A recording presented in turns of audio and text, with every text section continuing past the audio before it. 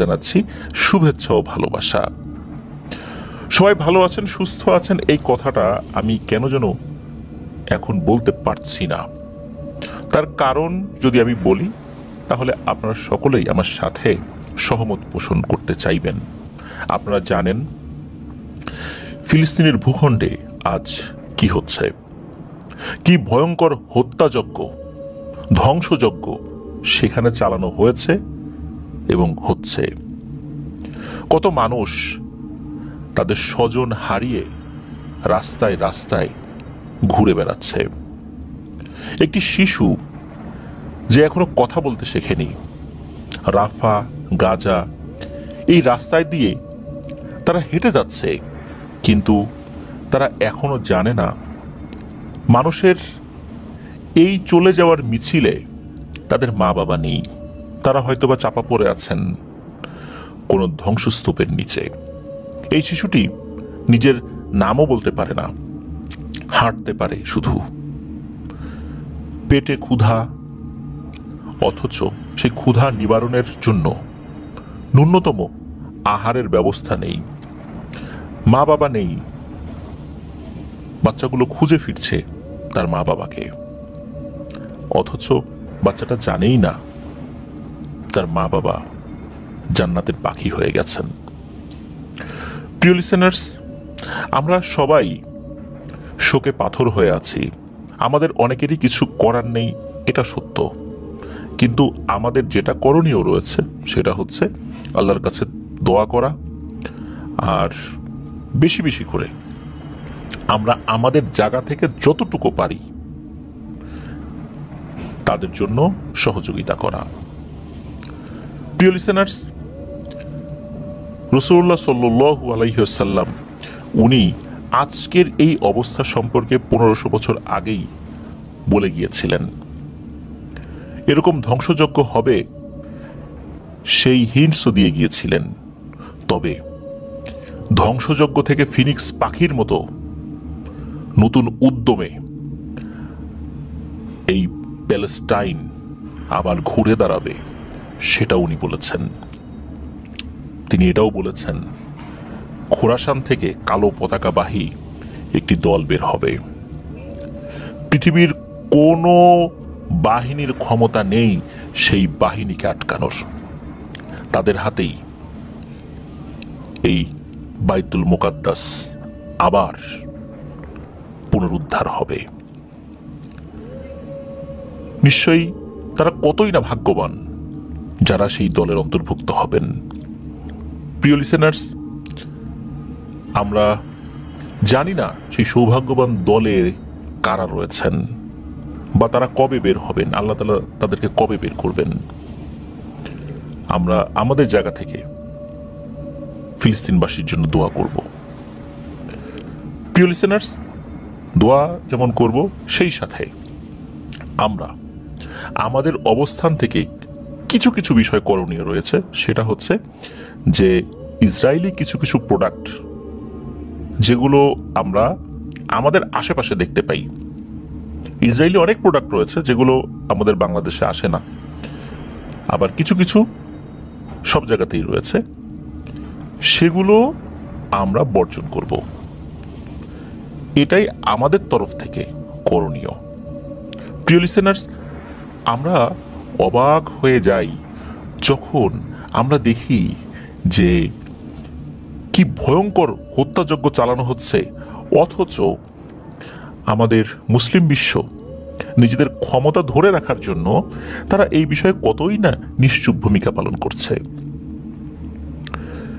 আমরা আসলেই অবাক হয়ে যাই। ক্ষমতার মোহ সত্যি বড়ই অদ্ভুত। এই ফিলিস্তিন একটি ভূখণ্ড নয়, বিশ্বের নির্যাতিত মানুষের আবাসস্থল এটি। প্রতিটি মুসলিমের হৃদয়ের স্পন্দন এই মসজিদুল আকসার পুণ্যভূমি। এর ইঞ্চি ইঞ্চি মাটি এটি সাধারণ কোনো ভূখণ্ড নয়, এটি সমগ্র মুসলিম বিশ্বের হৃদয়ের একটা অংশ। তাই অন্য 8-10টি সাধারণ ভূখণ্ডের মতো করে চিন্তা করলে হবে না। এই ফিলিস্তিন অবশ্যই ঘুরে দাঁড়াবে রাসূলুল্লাহ সাল্লাল্লাহু আলাইহি ওয়াসাল্লামের সেই ভবিষ্যৎবাণী অনুযায়ী। আর সমস্ত বিশ্বের মুসলিম সহ অসংখ্য নন মুসলিম যারা রয়েছেন তারাও কিন্তু প্রতিবাদে ফেটে পড়ছেন। কিভাবে একটি সম্প্রদায় পৃথিবীর সবচাইতে শক্তিশালী বাহিনীর বিপরীতে অস্ত্রহীনভাবে লড়ে যাচ্ছে, আর যে অস্ত্রগুলো আছে সেগুলো তো খুবই দুর্বল প্রকৃতির, কিন্তু তবুও তারা প্রতিনিয়ত লড়ে যাচ্ছে। এখন হয়তোবা তারা সফল হচ্ছে না, একটা সময় ইনশাল্লাহ হবে। আমরা জানি না সেই দৃশ্য দেখে যেতে পারবো কিনা, কিন্তু আমরা আশা করব পৃথিবীর প্রতিটা নির্যাতিত মজলুম মানুষের প্রতীক এই ফিলিস্তিনবাসীর জন্য আমরা বাংলাদেশিরা আমাদের যার যার অবস্থান থেকে প্রতিবাদ জানাবো শান্তিপূর্ণভাবে। সেই সাথে আমরা বেশি বেশি করে তাদের জন্য দোয়া করব। আমাদের মহান মুক্তিযুদ্ধের সময়ও কিন্তু এই ফিলিস্তিনবাসী বাংলাদেশের পক্ষে কথা বলেছিলেন, অথচ তারাও সেই সময় ছিলেন মারাত্মকভাবে নিগৃহীত, নির্যাতিত। বাংলাদেশের পররাষ্ট্রনীতির অন্যতম একটি বিষয় হচ্ছে ফিলিস্তিনকে সাপোর্ট করা, এটা আমরা সকলেই জানি। এবং বাংলাদেশের বর্তমান সংবিধানের একটা অংশে এই ফিলিস্তিনবাসীর কথা সরাসরি উল্লেখ না করে হলেও পরোক্ষভাবে তাদেরকে সমর্থনের কথা জানানো হয়েছে। প্রিয় লিসেনার্স, অনেক কথা বলে ফেললাম, এই কথাগুলো আসলে না বলে সরাসরি ঘটনায় চলে যাওয়া যেত, কিন্তু আমি মনে করি এই কথাগুলো বলাটা জরুরি। কেননা আমাদের এই চ্যানেলের নিছক ঘটনা শোনানো হয় না, ঘটনার মাধ্যম দিয়ে শিক্ষণীয় বিষয় তুলে ধরার চেষ্টা করা হয়। জানি না আমরা কতটুকু পারি, আমরা আমাদের জায়গা থেকে চেষ্টা করতে পারি মাত্র, বাস এতটুকুই।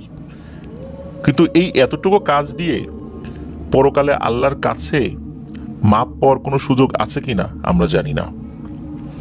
প্রিয় লিসেনার্স, আর কথা বাড়াবো না, চলুন ঘটনায় চলে যাই। আজকে যার ঘটনা আপনাদের সাথে শেয়ার করব উনি একজন কওমি মাদ্রাসার শিক্ষক। ওনার নাম মোহাম্মদ নাজিম আরাবি।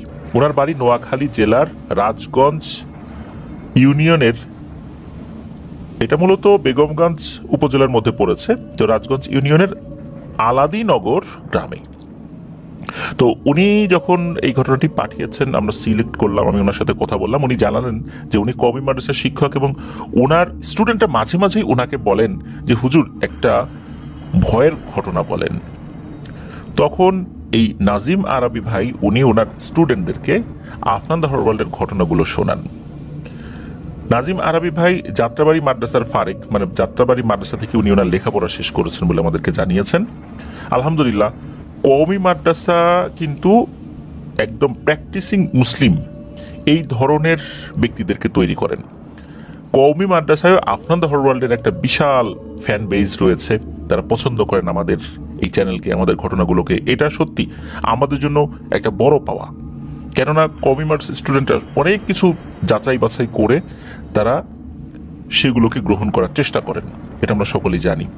ইসলাম পালন করার বিষয়ে তারা খুব সতর্ক থাকেন। আলহামদুলিল্লাহ, আমরা যে এতটুকু ওনাদের হৃদয়ের মধ্যে জায়গা করে নিতে পেরেছি এটাই আমাদের জন্য অনেক বড় পাওয়া। তো নাজিম আরাবি ভাই জানিয়েছেন যে তার স্টুডেন্টদেরকে শুভেচ্ছা জানাতে, তাদের জন্য দোয়া করতে আমরা আফনান দ্য ওয়ার্ল্ডের পক্ষ থেকে সকল কওমি মাদ্রাসার শিক্ষক, ছাত্র, কর্মচারী যারা রয়েছেন সকলকে আমাদের অন্তরের অন্তঃস্থল থেকে অভিনন্দন ও ভালোবাসা জানাচ্ছি। আশা করছি আপনাদের ভালোবাসাও আমাদের সাথে সবসময় থাকবে, আর আপনাদের ভালোবাসাটা যেন আমরা ধরে রাখতে পারি, আল্লাহ সে তৌফিক আমাদেরকে দান করুন। প্রিয় লিসেনার্স, এই যে ঘটনাটি, এই ঘটনাটি মূলত ঘটেছিল 2010 সালে। তো ঘটনাটি উনি কিভাবে সংগ্রহ করেছেন সেটা হচ্ছে যে ওনার এক বন্ধু ছিল, ফেসবুকে সেই বন্ধুর সাথে পরিচয়, যার বাড়ি রাঙামাটি জেলার জোড়াছড়ি উপজেলার একটি গ্রামে। আর ওনার ওই বন্ধুর নানার বাড়ি চট্টগ্রামের সন্দ্বীপে। 2010 সালে ওনার ওই বন্ধুর মা, বন্ধুর নামটা বলে দিচ্ছি, বন্ধুর নাম হচ্ছে হোসেন। তো এই হোসেন ভাইয়ের মা ওনাদেরকে নিয়ে হোসেন ভাইয়ের নানা বাড়িতে বেড়াতে গিয়েছেন। নানার বাড়ির এলাকা দেখতে দিনের বেলা যেমন সুন্দর, রাতের বেলা কিন্তু একদম স্তব্ধ, নীরব। ওনারা 3 ভাই 2 বোন, এই 5 ভাই বোন আর কি। আর 2010 সালে ওইখানে কিন্তু ইলেকট্রিসিটি ছিল না, মানে যেখানে ওনাদের নানার বাড়ি বা গ্রাম যেটা। ওনার যে ছোট বোন ওই সময় আর কি, ওই 2010 সালের কথা বলছি, তখন তার বয়স 6-7 বছর ছিল। নানার বাড়ির আশেপাশে অনেক বড় বড় আম বাগান ছিল, যেটা ওনার নানার নিজস্ব। আর এই আম বাগানের পাতা ডাল যেগুলো শুকিয়ে যেত, পড়ে যেত, এগুলো দিয়ে কিন্তু এই নানার বাড়ির লোকেরা রান্না বান্না করতেন।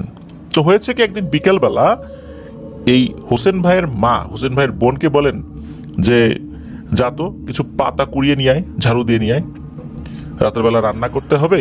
রান্নাটা মোটামুটি আছে, সকালে তো আবার নাস্তা বানাতে হবে। ওই সময়ের পাতা নাই। তো ওনার বোনের নাম হচ্ছে আসমা। তো এই আসমা আপা, উনি তো ওই সময় ছোট মানুষ, 6-7 বছর বয়স। তো উনি কি করেছেন, ওই বিকালের দিকে ওই আম বাগান যেখানে কাছেই ছিল, মানে বাসা থেকে সেটা দেখা যায়, ওখানে চলে গিয়েছেন একটা ঝাড়ু নিয়ে, ওটাকে শলা বলে আর কি। তো এটা নিয়ে চলে গিয়েছেন, আর বড় একটা বস্তা নিয়ে গিয়েছেন, মানে যতটুকু ভরতে পারেন আর কি ওর ভিতরে পাতা। উনি ওখানে ঝাড়ু দিচ্ছেন, ঝাড়ু দিয়ে পাতা এক জায়গায় করছেন, আর ওই পাতাগুলো বস্তার মধ্যে উনি ঢুকাচ্ছেন। এখন হয়েছে কি, ছোট মানুষ, কখন যে কাজ শেষ করে দ্রুত বাড়িতে আসতে হবে এই বিষয়তে তার অভিজ্ঞতা কম। সন্ধ্যা যে হয়ে যাচ্ছে সেটার দিকে তার খেয়াল নাই। এদিকে সূর্য ডুবে গেছে, উনি পাতা ঝাড়ু দিচ্ছেন, মনে করছেন যে আরে আলো তো আছেই, মাগরিবের আজান যখন হয় তখনও তো আলো থাকেই, এদিকে আজান হয়ে গেছে। আর তখন গ্রামের মসজিদগুলোতে, ওখানে ওই গ্রামে যেগুলো ছিল, দেখা গিয়েছে যে ইলেকট্রিসিটি নাই, তো বেশ কিছু মসজিদে মাইক নাই। আর মাইক যেগুলোতে আছে, বেশ দূরে দূরের মসজিদ, অনেক সময় দেখা যাচ্ছে যে মানুষ যখন কাজ করে আর পাতা যখন ঝাড়ু দেওয়া হয় তখন তো এক ধরনের খসখস শব্দ হয়। উনি আর ওই আজানের শব্দটা শোনেন নাই। উনি ঝাড়ু দিচ্ছেন, পাতা ভরছেন, এরকম করতে করতে প্রায় রাত নেমে এসেছে। এদিকে ওনার মা, উনি চিন্তা করছেন কি ব্যাপার, এখনো আসে না কেন। তবে দূর থেকে কিছুক্ষণ আগেও তাকে দেখেছেন আর কি। তো হঠাৎ করে কি হয়, ওই আম বাগানের একদম শেষের দিকে একজনের ডাক দেওয়ার শব্দ ওনার বোন এই আসমা পাপান। ওদিকে তাকিয়ে দেখেন প্রায় 6-7 ফুট উচ্চতার মতো একটা লম্বা অবয়ব, আলখেল্লার মতো কিছু একটা পরা, সাদা টাইপেরই আলখেল্লা টাইপ, এরকম কিছু পরা ছিল আর কি। ওরকম একটা জিনিস দাঁড়িয়ে আছে। সেটা যে বৃদ্ধ বিষয়টা এরকম না, মানে মনে হচ্ছে তরুণ যুবক এরকম টাইপের আর কি। তো ওই অবয়বটা এই আসমা আপাকে হাত দিয়ে ইশারা করে ডাকছে সেখানে যাওয়ার জন্য। এদিকে আসমা আপা, উনি মানুষ ছোট, এটা সত্য, কিন্তু উনি বুঝতে পেরেছিলেন যে এই সময়ে এইখানে এত লম্বা মানুষ কি করে, আর উনি তো অপরিচিত, এভাবে কেউ ডাকলে তো এই সময় যাওয়া যাবে না কোথাও। উনি ওই দিকে আর যান নাই। উনি কি করেছেন, ওই যে পাতার যে বস্তাটা, এটা উনি টানতে টানতে বাসায় চলে আসছেন। আর বাসায় যখন ঢোকেন তখন মোটামুটি বেশ অন্ধকারই নেমে আসছে আর কি। হালকা একটু আলো কোথাও কোথাও দেখা যাচ্ছে, তবে সেই আলোতে দূরের জিনিসগুলো স্পষ্ট দেখা যায় না। তো উনি তো বাসায় চলে আসছেন। তো বাসায় গিয়ে এই বিষয় নিয়ে কাউকে কিছু বলেন নাই, উনি নিজের মতো চলছেন। তারপর থেকে তেমন কিছু হয়নি। মূলত এরপর থেকে কিছু ঘটনা শুরু হয়ে যায়। আবার সেই যেই চট্টগ্রাম, মানে রাঙামাটি জেলার যে জোড়াছড়ি থানার যে গ্রামটা, সেখানে ওনারা চলে আসছেন।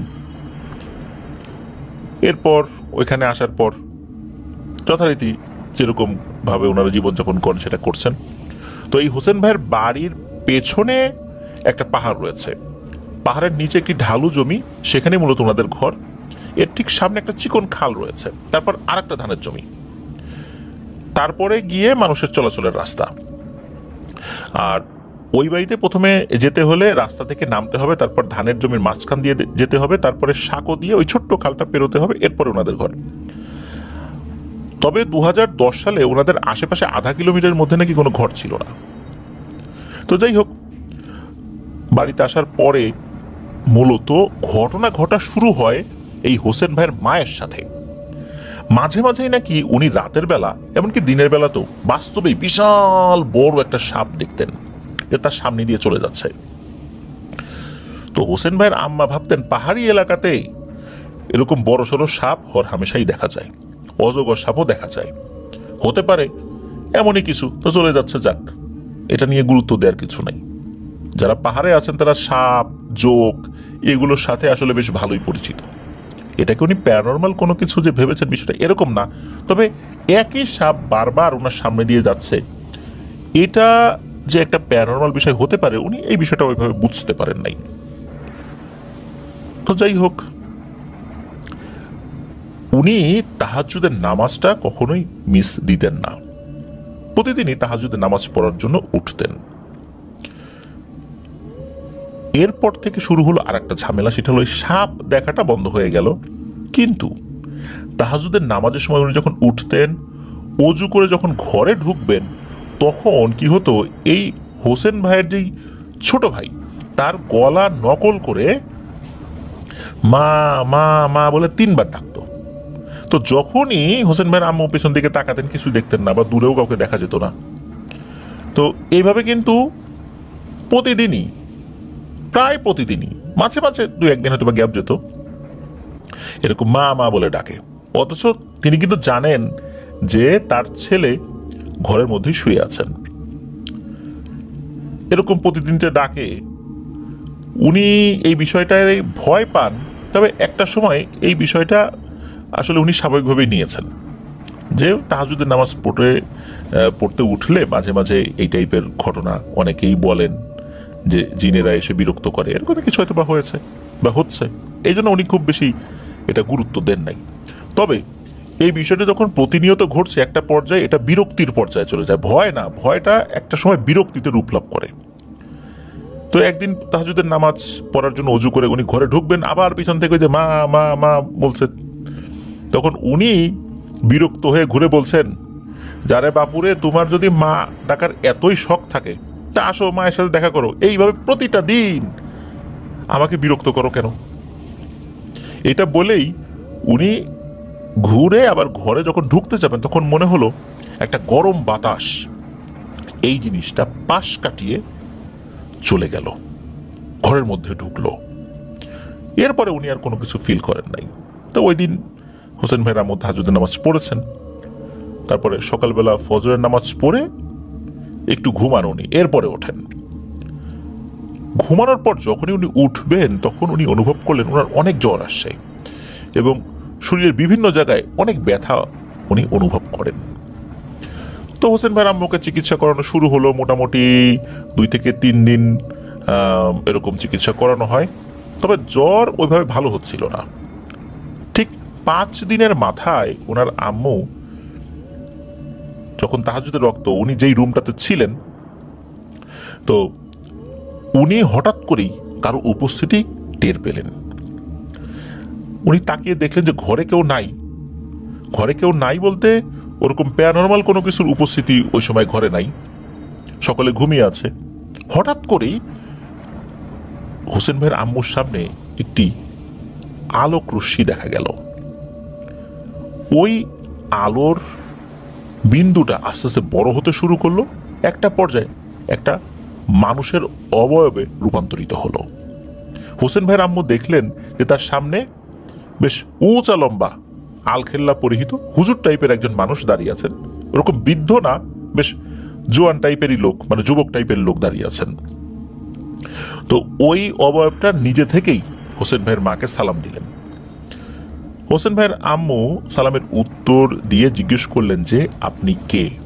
তখন ওই জুব্বা পরিহিত লোকটি উত্তর দিলেন, আমি সেই যাকে আমি যিনি প্রতিনিয়ত আপনাকে ডাকে, আমি হচ্ছি সেই। তো আপনি তো এখন অসুস্থ, ওভাবে তো সুযোগ পাচ্ছিলাম না আপনার সাথে দেখা করার।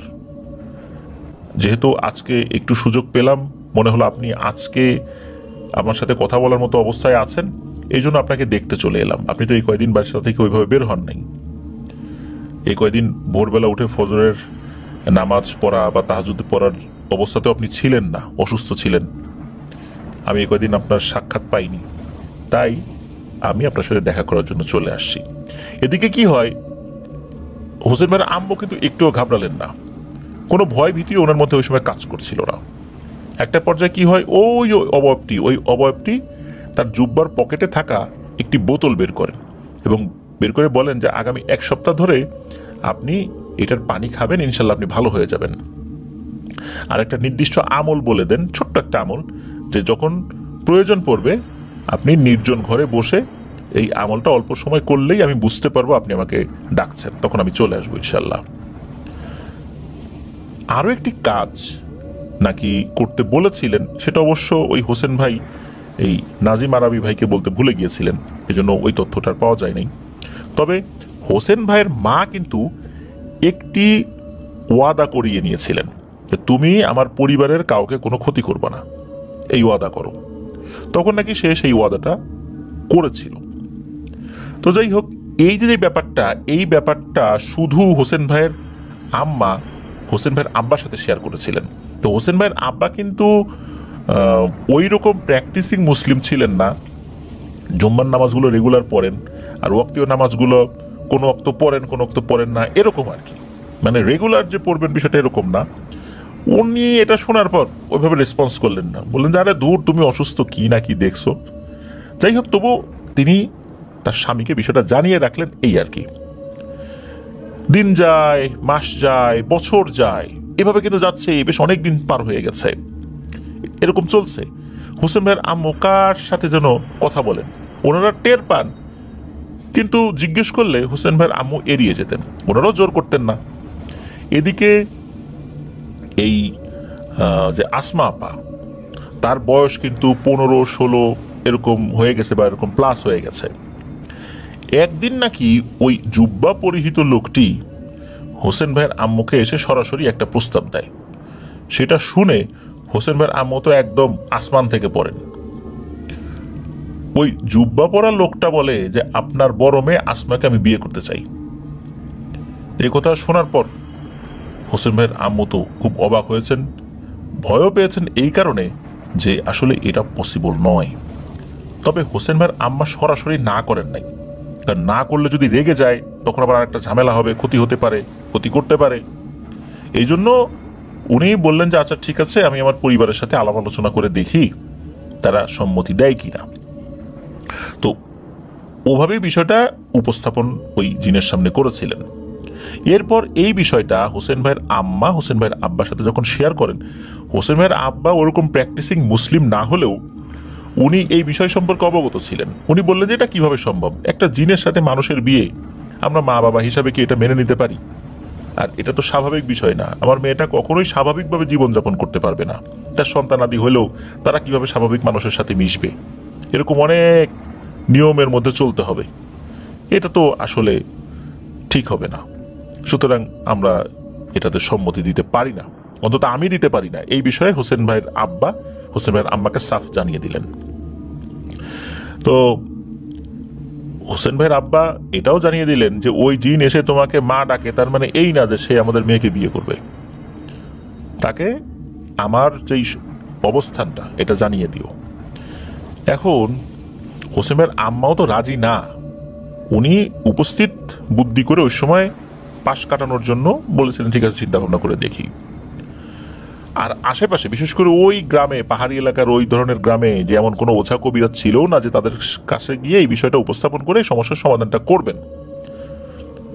তো আর আরেকটা বিষয়, হোসেন ভাইয়ের মা চাইতেন না যে উল্টোপাল্টা কারো কাছে এই বিষয়টা বলে বিপদ ডেকে আনতে। অনেক সময় দেখা গিয়েছে যে অনেক তান্ত্রিকের কাছে গিয়ে যখন বলা হয় এরকম একটা জিন আসে বা এরকম একটা পরী আসে, তখন ওই তান্ত্রিকগুলো এমন একটা পদ্ধতি অবলম্বন করে, সেটা করার পর ওই জিনকে বন্দি করে ফেলে, তাদেরকে দিয়ে বিভিন্ন ধরনের কাজ করায়, এটা সেইটা। তারপর দেখা যায় কি হিতে বিপরীত হয়ে যায়, অনেক বড় ধরনের বিপদ নেমে আসে। এই জন্য উনি এই বিষয়টা খুব সাবধানে হ্যান্ডেল করতে চাচ্ছিলেন। আর একটা বিষয়, জিন যেহেতু ওয়াদা করেছিল কোনো ক্ষতি করবে না, এই জন্য উনি সেই কথার উপর বিশ্বাস করে কখনোই উনি কোনো কবিরাজের কাছে যান নাই। তো এই ঘটনার আরো 2 থেকে 3 দিন পর ওই জিনটি রাতের বেলা আবার হোসেন ভাইয়ের আম্মার কাছে আসে, এসে বলে যে আমি জানি আপনারা রাজি না, কিন্তু আপনাদেরকে একটা কথা বলে যেতে চাই যে আমি যেটা চেয়েছি সেটা আমি একদিন আগে হোক পরে হোক আমি নেবই, এই কথা বলে সে চলে যায়। এরপরও প্রায় 3-4 মাস চলে যায়, এর মধ্যে সে আর আসে নাই। মানে মাঝে মাঝে এসে যে হোসেন ভাইয়ের আম্মার সাথে কথা বলে অদৃশ্যভাবে, এটাও আসে নাই। হঠাৎ করে হয় কি, সকালবেলা উঠে হোসেন ভাইয়ের বড় বোন আসমাকে খুঁজে পাওয়া যাচ্ছে না। আশেপাশে ধানের জমির পাশে, রাস্তায়, পাহাড়ে, ওনাদের সাধ্য অনুযায়ী সব জায়গায় খুঁজে আসা হয়, কিন্তু আসমান নেই।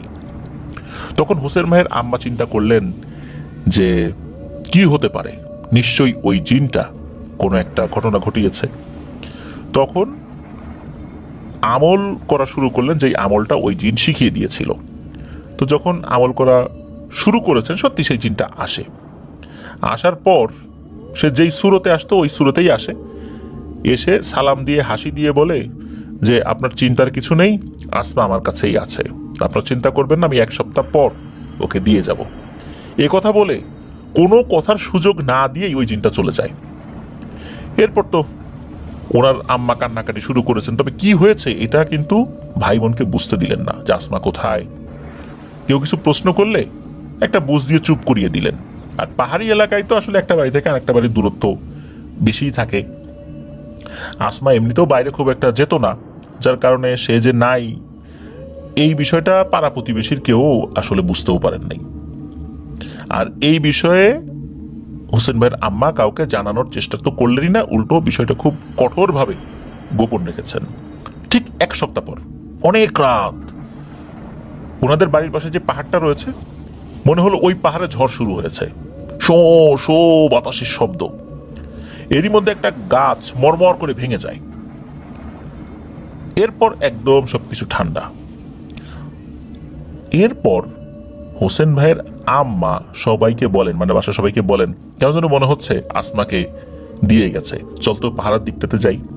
ওনারা সবাই মিলে ওদিকে গিয়ে সত্যিই দেখেন যে ওই গাছটা ভেঙে গেছে, ওইখানেই আসমা আপা পড়ে আছেন। সবাই মিলে ওনাকে ধরাধরি করে বাসায় নিয়ে আসেন, তাকে পানিটা নিয়ে ছিটা দেওয়া হয়, জ্ঞান ফেরে। আসমা আপা উনি জানান যে রাতের বেলা উনি ওয়াশরুমে গিয়েছিলেন, বের হওয়ার পর মনে হলো তার সামনে দিয়ে একটা গরম বাতাস ঘোরাফেরা করছে, একবার গায়ে লাগে অন্যদিকে যায়। এরপর ওনার কিছু মনে নাই। তো এটা নিয়ে আসলে ওনারা আর কোনো কথাও বাড়ান নাই। এভাবে দিন যাচ্ছে, সপ্তাহ যাচ্ছে, মাস যাচ্ছে। এই আসমা আপার মধ্যে একটা পরিবর্তন দেখা যায়। সেটা হচ্ছে যে ওনার আচার আচরণে পরিবর্তন, বিষয়টা এরকম না, স্বাভাবিকই ছিল।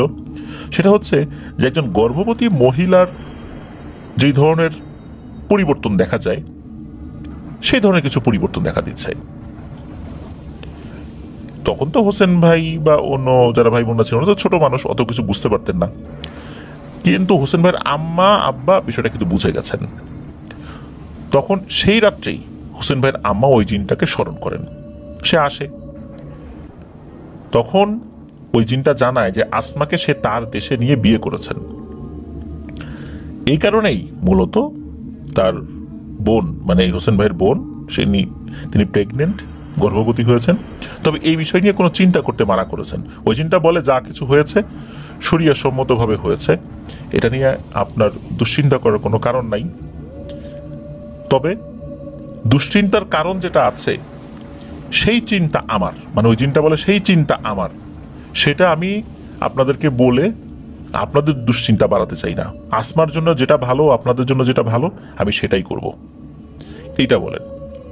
এরপর ওই জিনটা কিছু ফল, পানি, কিছু কিছু ফল দেন, এগুলো নাকি একদম ধবধবে সাদা, একদম সাদা ফল কিন্তু খুব কম দেখা যায়, কিন্তু কিছু ফল দেন একদম সাদা। আর এটা যে কি ফল এটা ওইভাবে আসলে বোঝাও যায় না। তো এই ফলগুলো খাওয়াতে বলা হয়, যে আসমাকে এইগুলো খাওয়াবেন। তো যাই হোক, হোসেন ভাইয়ের আম্মু বিষয়টা ওভাবেই চালিয়ে যাচ্ছিলেন আর কি। কিন্তু এখানে আর একটা অদ্ভুত ব্যাপার, সেটা হচ্ছে হোসেন ভাই বলেছিলেন যে প্রেগনেন্ট মহিলাদের গর্ভে যখন সন্তান বড় হতে থাকে তখন কিন্তু পেটটা ফুলে যেতে থাকে। অদ্ভুত ব্যাপার হলো, আসমা আপার শুধু এই আলামতটা ছাড়া গর্ভবতী মহিলার যেই ধরনের আলামত থাকে তার সব আলামতই ছিল, কিন্তু এই জিনিসটা ছিল না। অদ্ভুত ব্যাপার, তার পেট কিন্তু উঁচু হয়ে যাচ্ছিল না। যাই হোক, এরকম তো বাহ্যিকভাবে দেখা যাচ্ছিল, কিন্তু এই যে আসমা আপা, উনি কিন্তু ফিল করতেন যে ওনার পেটের ভিতরে কিছু একটা আছে। একদিন রাত্রে সেই জিন এসে হোসেন ভাইয়ের আম্মুকে জানিয়ে যান যে আগামী 3 দিনের মধ্যে এই আসমা আপার নাকি ডেলিভারি হবে। এখানে একটা ব্যাপার, সেটা হচ্ছে যে ডেলিভারি কিন্তু একটা নির্দিষ্ট সময় থাকে। হঠাৎ করে জিন এসে বলে 3 দিনের ভিতরে আসমার ডেলিভারি হবে, বিষয়টা ওনাদেরকে অবাক করার মতো মনে হওয়ার কথা, কিন্তু হোসেন ভাইয়ের আম্মু আসলে অবাক হন নাই, কারণ এখানে কোনো কিছু যে স্বাভাবিকভাবে হচ্ছে না এটা তো উনি বুঝতে পেরেছিলেন। আর ওই জিনটা নাকি কিছু জিনিসপত্র দিয়ে গিয়েছিলেন বাচ্চা ডেলিভারি হওয়ার সময় কাজে লাগে এমন কিছু জিনিস। তো যাই হোক, বাচ্চাটা স্বাভাবিকভাবেই ভূমিষ্ঠ হয়, একটা মানুষের সন্তান যেভাবে ভূমিষ্ঠ হয় তাকে দেখা যাচ্ছিল, কোলে নেওয়া যাচ্ছিল, মানে সে একটা মানুষ। আর ওই জিনটা বলেছিল যে বাচ্চা ভূমিষ্ঠ যখন হবে তখন এই জিনটা সে আশেপাশেই থাকবে, কোনো ধরনের বিপদ আপদের কোনো সম্ভাবনা ইনশাল্লাহ নাই। তো যাই হোক, সত্যি এর ঠিক 2 দিন পর একদিন ভোরের সময়, মানে ফজরের নামাজের কিছু আগে, তখন এই আসমা আপার একটি ফুটফুটে কন্যা সন্তানের জন্ম হয়। এত সুন্দর ফুটফুটে বাচ্চা, এটা আসলে সচরাচর দেখাই যায় না, এটাই জানিয়েছেন হোসেন ভাই। তো যাই হোক, এরপর কি হয়েছে, হোসেন ভাইয়ের আম্মা বাচ্চাকে কোলে নিয়ে ঘরের বাইরে বের হয়েছেন।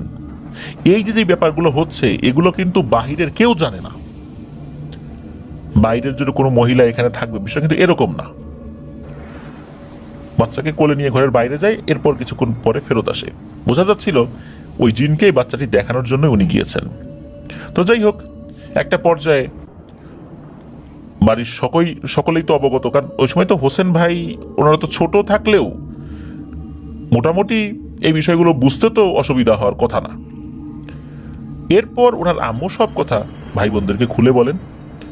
উনি বলেছিলেন যে তোমাদের কাছে একটা জিনিসের সম্মতি চাই, সেটা হচ্ছে ওই জিনটা বলেছে যে আমরা এই বাচ্চাকে চাইলে রেখে দিতে পারি, চাইলে তাকে দিয়ে দিতে পারি। এখন তোমরা বলো আমরা এখন কি সিদ্ধান্ত নিতে পারি। এখন এই বিষয়ে সিদ্ধান্ত দেওয়ার সবচাইতে গুরুত্বপূর্ণ ভূমিকা পালন করেছেন হোসেন ভাইয়ের আব্বা। উনি কিছুক্ষণ চুপ থেকে বাড়ির সবাইকে বলেন যে দেখো, এই যে ঘটনাটা ঘটছে এটা কি কেউ বিশ্বাস করবে? সমাজের কেউ বিষয়টা কি মেনে নেবে যে জিন বিয়ে করেছে, জিনের ঔরস যা সন্তান এটা? বরঞ্চ কি হবে যে এই আসমার বদনাম হবে, যেহেতু সামাজিকভাবে তার বিয়েই হয়নি, জিনের দেশে বিয়ে হয়েছে কি হয় নাই এসব বিষয় তো মানুষ বিশ্বাস করবে না। সুতরাং এই বিষয়টা এরকমই হওয়া উচিত যে এই শিশুটাকে ওই জিনটাকেই দিয়ে দাও, সে তার মতো করে লালন পালন করুক, সে তার মতো করে বড় করুক, আর অল্প কয়েকদিন এই শিশু বাচ্চাটিকে আসমা তার বুকের দুধ পান করাক, এরপরে জিনটাকে দিয়ে দাও। এটাই আমার মনে হয় ভালো হবে। তো হোসেন ভাইয়ের আব্বুর কথাটা সত্যি খুব যুক্তিসঙ্গত ছিল, সকলে এটা মেনে নিলেন। এরপর অল্প কয়েকদিন বাচ্চাটাকে রাখা হয়, এরপর ওই জিনটাকে দিয়ে দেওয়া হয়। তো যাই হোক, দেওয়ার সময় এটা বলা হয় যে আমি আমার নাতনিকে দেখতে চাইলে কিন্তু নিয়ে আসবা, আমি দেখতে চাই। এরপরে ওই জিনটা প্রতিশ্রুতি দেয়, হ্যাঁ আপনারা যখন দেখতে চাইবেন তখনই তাকে নিয়ে আসা হবে, এটা নিয়ে দুশ্চিন্তার কোনো কারণ নাই। তবে দুশ্চিন্তার যে কারণটা আছে, আবারও বলছি, সেই চিন্তা আমার, আসলে সেই চিন্তাটা কি ছিল কোনোভাবেই ওই জিনটা ওই সময় বলতে চাচ্ছিলেন না। হয়তোবা এটা জানালে কোনো একটা অশান্তি হতে পারে বা কোনো একটা সমস্যা হতে পারে, কি লুকাচ্ছিল এটা অবশ্য পরে বোঝা গেছে। আমরা এই ঘটনার একদম শেষ দিকে চলে এসেছি, এখন সেই বিষয়টা আস্তে আস্তে উপস্থাপন করব। তো যাই হোক, ব্যাপারটা হলো কি, এই ঘটনার বেশ কিছুদিন পর থেকে এই আসমা আপার সাথে কিছু ভয়ের ঘটনা ঘটতে শুরু করে। উনি ভয়ঙ্কর একটা নারী মূর্তি দেখতেন, খুব ভয়ঙ্কর স্রোতে আসতো, ভয় দেখানোর চেষ্টা করতো, তবে কোনো ক্ষতি করতে পারতো না। এরকম বেশ কিছুদিন হয়েছে। পরবর্তীতে জানা যায় ওই যে জিনটা, তার দেশে তার আর একটা স্ত্রী আছে। মূলত আসমাকে সে যখন নিয়ে গিয়েছিল তখন ওই স্ত্রীটা বিষয়টা মেনে নিতে পারে নাই। সে আসমাকে হত্যা করত, এরকম একটা সিচুয়েশন তৈরি হতে পারত। এই জন্য আসমাকে সে আবার দিয়ে যায়। আর একটা বিষয় হলো, যেহেতু একটা সন্তান হয়ে গেছে, আসমাও জীবিত আছে, ওই জিনের স্ত্রী, সেও জিন, সে মাঝে মাঝে এসে এই আসমা আপার উপর প্রভাব বিস্তার করার চেষ্টা করত, ভয় দেখানোর চেষ্টা করত। তখন আবার ওই জিনটাই এই বিষয়টা হ্যান্ডেল করত, মানে এই আসমা আপার জিন হাজবেন্ড যিনি, সেই বিষয়টা হ্যান্ডেল করত। মূলত এটাই ছিল দুশ্চিন্তার কারণ, যেটা ওই জিনটা শুরুর দিকে কৌশলগত কারণে বলেনি। আসমা আপার কিন্তু বিয়ে হয়ে গেছে, ওনার কিন্তু এখন সন্তানাদিও আছে। ওনার প্রথম সন্তান একটি মেয়ে। ওই যে যেই সন্তানটা মেয়ে, সে নাকি ছোটবেলা থেকেই বলে, কেউ যদি ওকে কিছু বলতো, যে কেউ তাকে গালি দিল, ধমক দিল, তখন ওই মেয়েটি নাকি বলে ওঠে, এই আমাকে যদি তোরা কিছু বলিস, আমি কিন্তু আমার আপারে খবর দিব, আমার আপা কিন্তু এসে দেখিস তোদেরকে কি করে, আমার আপা কিন্তু আসে, আমার আপা আমার সাথে খেলে, আমি আপার কাছে নালিশ করব কিন্তু। দেখেন, আসমা আপার প্রথম যে সন্তানটা হলো, বিশেষ করে দ্বিতীয় ওনার যে বিয়েটা হলো, ওই সন্তান অদৃশ্যভাবে কারোর সাথে খেলে এবং সে জানে যে তার একটা বড় বোন আছে। এখনো একটা অদ্ভুত ঘটনা ঘটতে থাকে। আসমা আপার যিনি হাজবেন্ড, উনি ঢাকা চট্টগ্রাম হাইওয়েতে উনি একটি বাস চালান, যাত্রীবাহী বাস, বেশ রিনাউন্ড কোম্পানি একটা বাস। উনি নাকি মাঝে মাঝে রাতের বেলা, বিশেষ করে নাইট কোচ যখন চালান, তখন তো বিভিন্ন ধরনের সমস্যা হয়, বা দিনের বেলাতে ওনার যখন ডিউটি থাকে, নিশ্চিত অ্যাক্সিডেন্ট হয়ে যাবে এমন সিচুয়েশনও কেমন জানি মনে হয় যে অদৃশ্যভাবে উনি একটা গায়েবী হেল্প পেয়েছেন, ওনার কাছে এখনো সেটা মনে হয়। তবে আসমা আপা, উনি কোনোভাবেই এই বিষয়টা ওনার হাজবেন্ডকে বলেন নাই, তার শ্বশুরবাড়ির লোকজন বিষয়টা জানে না, এখনো জানান নাই, হয়তো বা সময় হলে জানাবেন বিষয়টা। তো এভাবেই কিন্তু বিষয়টা চলছে। আসমা আপার এখন মোটামুটি উনি ভালোই আছেন, আলহামদুলিল্লাহ, ওনার কোনো সমস্যা নাই। মাঝে মাঝেই ওই যে জিনটা, ওই জিনটা আসমা আপার কাছে এসে বিভিন্ন ফলমূল এটা দিয়ে যায়, এমনকি এই হোসেন ভাইয়ের আম্মা তার কাছে এসেও বিভিন্ন ধরনের হাদিয়া, উপঢৌকন এগুলা দিয়ে যায়। তো এভাবেই চলছে। এই নাজিম আরাবী ভাই উনি হোসেন ভাইকে জিজ্ঞেস করেছেন যে ওই যে ভাগিনী, ওই ভাগিনীকে তোমরা এখন দেখো কিনা। তখন ওই হোসেন ভাই বলেছিলেন যে হ্যাঁ, মাঝে মাঝে উনি দেখেছেন, যখন নিয়ে যায় এর পরেও বিভিন্ন সময় দেখেছেন, তবে রেগুলার সে আসে না, রেগুলার সে আসে না, আর রেগুলার আসা তার পক্ষে সম্ভব নয়। তার বাবা জিন, মা হলেও তাকে যেহেতু জিনের দেশে নিয়ে যাওয়া হয়েছে, আর তার জন্ম হয়েছে এমন একটা সময়, নির্দিষ্ট সময় তাকে ঘরের মধ্যেই রাখতে হয়েছিল, এটা একটা নির্দিষ্ট কারণ অবশ্যই আছে। হতে পারে যে ও আসলে জিনেদের সমাজে রয়েছে, আর ওকে মানুষ হিসাবে দেখলেও সে মূলত জিনই। তো যাই হোক, এটার পিছনে কারণ হিসাবে বলেছেন, যেহেতু তার আর একজন ভাগ্নি, সে তার বড় বোনকে দেখে অদৃশ্যভাবে, সুতরাং বলাই যায় যে তার ওই ভাগিনীটা জিনের জগতে জিন হয়েই বড় হচ্ছে, এবং জিনেদের যে সমস্ত বৈশিষ্ট্য, সেই বৈশিষ্ট্যগুলোই পেয়েছে। তো এটাই ছিল ঘটনা। আরো একটা ব্যাপার হলো, ঘটনাটি মূলত শুরুতে বলতে চান নাই, বিষয়টা যেহেতু একটা পারিবারিক বিষয়, আর আমরা এই হোসেন ভাইয়ের পুরো নামের একদম শেষ অংশটা বলেছি। এখানে ছদ্মনাম ব্যবহার করা হয়েছে, তবে পুরোটা ছদ্মনাম না, হোসেন অংশটা ঠিক আছে, যেহেতু আমরা হোসেনটাকে মূল নাম হিসেবে বলেছি, সেই অর্থে ছদ্মনাম। যেহেতু আসমা আপার পরিবারের লোকজন বিষয়টা জানে না এখনো, উনি জানাবেন হয়তো বা পরে, এখনো জানানোর সুযোগ তার হয়েছে কিনা জানি না, আবার এমনও হতে পারে যে উনি জানিয়েছেন, এটাও হতে পারে। তো যাই হোক, এই কারণেই মূলত নামটা ছদ্মনাম হিসেবে ব্যবহার করা হয়েছে।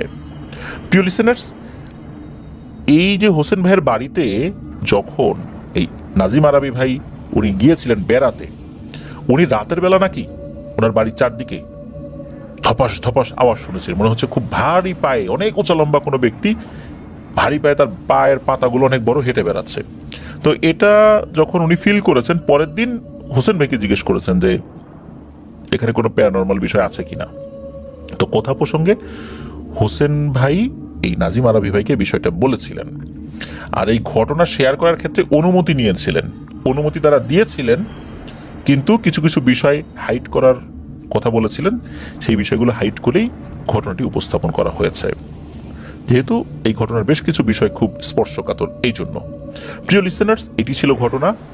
এখন এখানে একটি বিষয়, সেটা হচ্ছে যে জিনের সাথে মানুষের বিয়ে, এই জিনিসটা পসিবল কিনা, এটা যদি আমরা বলতে যাই, সেটা হচ্ছে যে অনেক কিছু সম্ভব, কিন্তু সেটা উচিত কিনা এটা হচ্ছে কথা। অনেক কিছুই তো আমরা দেখি যে শরীয়তে এলাও করে, কিন্তু সেটা উচিত কিনা। অনেক কিছু শরীয়ত সম্মতি দিলেও সেটা বুঝতে হবে যে উচিত অনুচিতের বিবেচনায় আমরা সেটা করব কিনা। যেমন দেখুন, ঘোড়ার মাংস, গাজীপুরে ঘোড়ার মাংস খাওয়া নিয়ে অনেক হই হট্টগোল শুরু হয়ে গেল, হইচই শুরু হয়ে গেল, মানুষ আগে থেকে লাইন ধরে ঘোড়ার মাংস কিনছে। ঘোড়ার মাংস খাওয়াটা বলছে যে হালাল। রাসূলুল্লাহ সাল্লাল্লাহু আলাইহি সাল্লাম যুদ্ধের ময়দানে বিশেষ পরিস্থিতিতে ঘোড়ার মাংস খাওয়ার অনুমতি দিয়েছিলেন। ঘোড়ার মাংস খাওয়া যদি আমরা হালালও ধরে নিই, মাকরুহ ধরে নেই, কথা হচ্ছে যে সেটা খাওয়া উচিত কিনা। রাসূল সাল্লাল্লাহু আলাইহি সাল্লাম বলেছেন ঘোড়া হচ্ছে বাহন, আমরা যদি বাহনগুলা খেয়ে শেষ করে ফেলি, তখন আমরা এই বাহন পাবো কোথায়? এভাবেই কিন্তু অনেক গুরুত্বপূর্ণ জিনিস আমরা হারিয়ে ফেলেছি শুধু খাওয়ার কারণে, ধরে ধরে খেয়ে শেষ করে ফেলেছি, পরবর্তীতে এর অস্তিত্বই বিলীন হয়ে গেছে।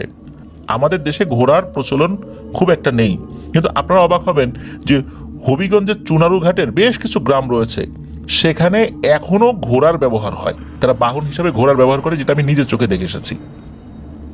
আপনারা যারা হবিগঞ্জের চুনারুঘাট এলাকায় আছেন, রেমাকালেঙ্গা যে ফরেস্ট রয়েছে, তার আশেপাশের কয়েকটা গ্রামে দেখবেন এখনো সেখানকার মানুষ বাহন হিসাবে ঘোড়াকে ব্যবহার করে। যখন ঘোড়ার মাংসের দাম এভাবে বেড়ে যাবে, তখন কি হবে? এই ঘোড়াগুলোকেও বিভিন্নভাবে নিয়ে এসে জবাই করা হবে।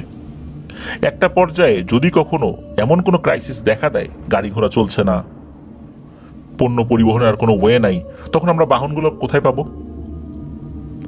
এই জন্য সবকিছু যদি আমরা জায়েজ কিনা এটা চিন্তা করি, এরপরে আমরা চিন্তা করব উচিত অনুচিতের প্রসঙ্গটা। রাসূল সাল্লাল্লাহু আলাইহি সাল্লাম নির্দিষ্ট সিচুয়েশনে সেটার অনুমতি দিয়েছেন, কিন্তু মনে রাখতে হবে ঘোড়া আমাদের বাহন। তো এই কথাগুলো এই কারণে বলছি, সেটা হচ্ছে যে যদি শরীয়তে এই বিষয়টা অ্যালাউ করাও হয়, যদিও এটা নিয়ে অনেক মতভেদ রয়েছে আলেম ওলামাদের মধ্যে, তো এটা উচিত কি অনুচিত সেই প্রসঙ্গটা চলে আসে। তো যাই হোক, কিছু কিছু পরিবারে এমন একটা সিচুয়েশন তৈরি হয়, ওনারা তো ইচ্ছা করে বিষয়টা বলেন নাই, অনুমতি দেন নাই, ওইটা ওই জিনেদের তরফ থেকেই হয়েছিল। তো যার কারণে এখানে ওনাদের ওইভাবেও হস্তক্ষেপ করার কোনো সুযোগ ছিল না, করতে গেলে আরো বড় ধরনের ক্ষতি হয়ে যেতে পারতো। আর যেহেতু এটা হয়ে গেছে, এখন মেনে নেওয়া ছাড়া তার ওনাদের কোনো উপায় ছিল না। তো এই জন্য বলছি যে অনেকে চিন্তা করেন যে আমার কাছে যদি একটা পরি আসতো, বিয়ে করতাম। মনে রাখতে হবে যে সব জায়েজ জিনিস করার জন্য আমাদের যেই আগ্রহ, সেটা যদি থাকতো, কেনই শুধু এই পরীকে বিয়ের করার প্রসঙ্গে আমাদের মধ্যে আগ্রহ দেখা যায়? কারণ এটা যদি জায়েজও হয়, এটা কি উচিত? নিশ্চয়ই উচিত নয়। আমাদের আরো অনেক জরুরি জিনিস রয়েছে যেগুলো জায়েজ, সেটার জন্য কি আমরা অতটা মুখিয়ে থাকি? দেখা যাবে যে অধিকাংশই আমরা অতটা মুখিয়ে থাকি না সেই গুরুত্বপূর্ণ জায়েজ জিনিসগুলো করার বিষয়ে। এই জন্য আমাদের বেশ কিছু বিষয় যেগুলো আমাদের অস্তিত্বের একটা ব্যাপার, এই জন্য আলেম ওলামারা বলেছেন যে জিনের সাথে, মানে জিন্নাত যে শ্রেণীটা, এর সাথে মানুষের বিবাহ হওয়া উচিত নয়। কেন? কারণ হচ্ছে যে এতে মানব জাতি একটা অস্তিত্বের সংকটে পড়তে পারে। এভাবে যদি চলতে থাকে অস্তিত্বের সংকটে পড়তে পারে। এটা যে শুধু আমরা এভাবে বলছি তা না, জিনেদের সমাজেও কিন্তু এই বিষয়ে নিয়ম কানুন আছে। তারা চাইলেই এটা করতে পারে না, তাদেরও নিয়ম মেনে করতে হয়, তাদেরও এই সমস্ত বিষয়ে নিষেধাজ্ঞা রয়েছে, কিন্তু আমরা কি সব নিষেধাজ্ঞা পালন করি? নিশ্চয়ই না। ঠিক তারাও সব নিষেধাজ্ঞা পালন করে না, এটাও বাস্তবতা, এটাও সত্য। তো যার কারণে অনেক সময় অনেকে নিষেধাজ্ঞার বাইরে গিয়ে কাজগুলো করে থাকেন, কিন্তু এটা প্র্যাকটিস করা উচিত নয়। এটাই হচ্ছে মূল কথা, যে এসব বিষয় প্র্যাকটিস করা উচিত নয়, এসব বিষয় একদম দ্বিধাহীনভাবে মেনে নেওয়া উচিত নয়। আল্লাহ আমাদেরকে বুঝার তৌফিক দান করুন। প্রিয় লিসেনার্স, আমাদের এপিসোড আজকে এই পর্যন্তই ছিল। আজকের এপিসোডে অনেক কথা বলে ফেলেছি, ঘটনার শুরুতে শেষে। আমাকে ক্ষমা করবেন আমার কথার ভুল ত্রুটি হলে, কারণ আমি বারবার বলি যে আমাদের এপিসোডটা বা আমাদের এই ভয়ের চ্যানেলটা শুধু ভয়ের ঘটনা শোনানোর জন্য নয়। যারা শুধু ভয়ের ঘটনা শুনতে চান, যে আমরা শুধু ভয়ের ঘটনা শুনবো আর কোনো কথা শুনবো না, তাদের জন্য বলি যে আমাদের চ্যানেলটা শুরু করার উদ্দেশ্যই ছিল যে আমাদের ভয়ের ঘটনার মাধ্যম দিয়ে আমরা কোনো মেসেজ যেন মানুষের কাছে পৌঁছাতে পারি, ধর্ম বর্ণ নির্বিশেষে সকলের জন্য সেই মেসেজগুলো যেন ভালো ফল বয়ে আনতে পারে। এটা আমাদের অন্যতম উদ্দেশ্য ছিল। সেই উদ্দেশ্য থেকে আমরা অনেক সময় অনেক কথাগুলো বলছি, ইনশাল্লাহ ভবিষ্যতেও বলবো। আজকের মতো বিদায় নিচ্ছি। আসছে বৃহস্পতিবার আমাদের থার্সডে নাইট আসছে আপনাদের পাঠানো ঘটনাবলী নিয়ে। সকলকে শোনার আমন্ত্রণ জানাচ্ছি। সবাই ভালো থাকবেন, সুস্থ থাকবেন, আমার জন্য দোয়া করবেন, আমার পরিবারের জন্য দোয়া করবেন, আপনাদের জন্য দোয়া রইল, আপনাদের পরিবারের প্রত্যেকের জন্য দোয়া রইল। মহান আল্লাহ সুবহানাহু ওয়া তাআলা আমাদেরকে ভালো রাখুন, সুস্থ রাখুন, নিরাপদে রাখুন, আপনার ওয়ার্ল্ডের সাথে রাখুন। আসসালামু আলাইকুম। প্রিয় লিসেনার্স, আসসালামু আলাইকুম।